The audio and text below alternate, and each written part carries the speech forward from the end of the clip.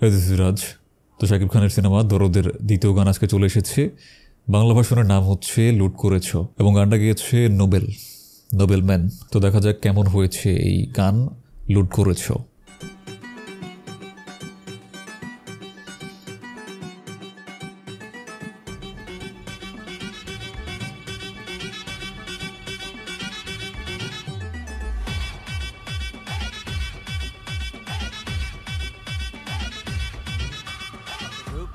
মাধুরী ছড়িয়ে দিয়েছো হৃদয়ে হানা, লিপসিং হচ্ছে না, তবু নেই তোমার তুলনা।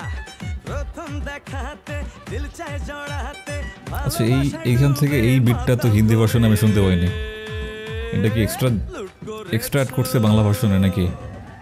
লুট করেছো মন ঝট করে, দু চোখের ক্যামেরায় জুম করে। লুট করেছো মন ঝট করে, দু চোখের ক্যামেরায় জুম করে। চাঁদ যখনই দেখে তোমায়, লুকিয়ে যায় সে লজ্জায় মরে। লিপসিং একটা হিউজ ইস্যু। মন ঝট করে, দু চোখের ক্যামেরায় জুম করে। লুট করেছো মন ঝট করে, দু চোখের ক্যামেরায় জুম করে।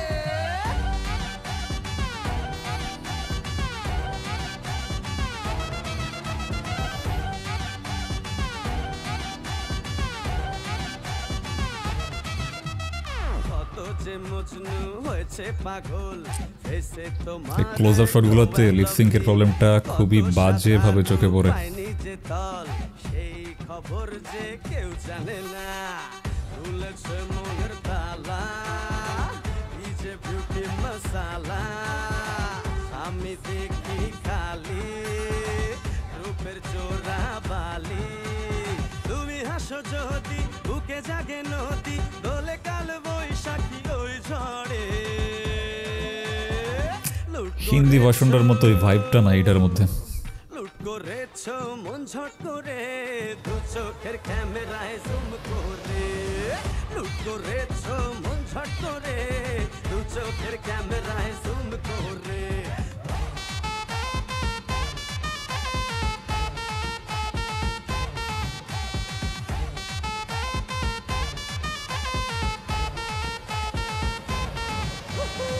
লুট করেছো।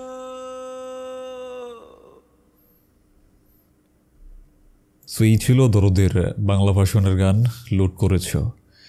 আমার কাছে তেমন একটা ভালো লাগেনি। হিন্দি ভার্সনটার মধ্যে যে একটা ভাইব আছে সেটা এখানে নেই। এবং প্রথম গানটার ক্ষেত্রে যে সমস্যাটা হয়েছিল, যে হিন্দি ভার্সনটা শুনতে খুব ভালো লাগছিল, ওখানে যে ভোকাল ছিল মোহাম্মদ ইরফান, সে যতটা সুন্দরভাবে হিন্দি ভার্সনটা গিয়েছে, এখানে এতটা ভালোভাবে বাংলা ভার্সনটা বালাম গাইতে পারেনি।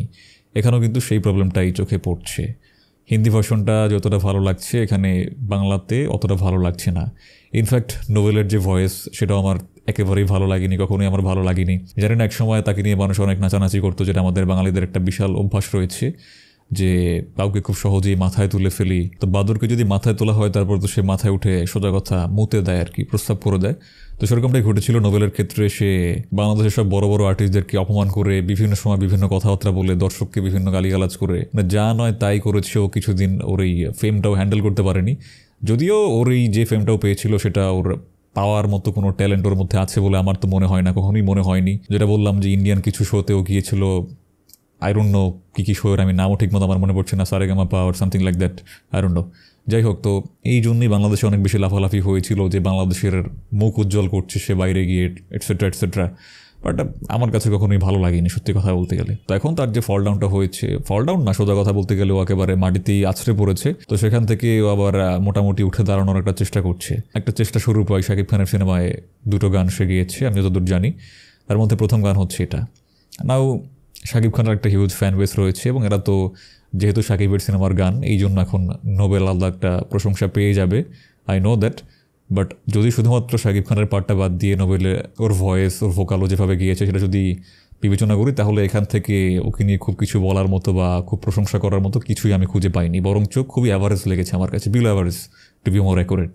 এনিওয়ে, তো এই দুটো গান নিয়ে আমি আমার মেইন চ্যানেলে একটা ডিটেলড একটা ইন ডেপথ রিভিউ করবো। আপনারা যদি সেটা দেখতে আগ্রহী হয়ে থাকেন তাহলে অবশ্যই আমাদের মেইন চ্যানেলটি চেক আউট করতে পারেন। আর যদি এই ধরনের রিয়াকশন ভিডিও দেখে আপনি অভ্যস্ত হন, যদি আপনার কাছে ভালো লাগে, তাহলে অবশ্যই আমাদের এই চ্যানেলটি সাবস্ক্রাইব করতে ভুলবেন না। দেখা হচ্ছে পরবর্তী ভিডিওতে। Till then, tata.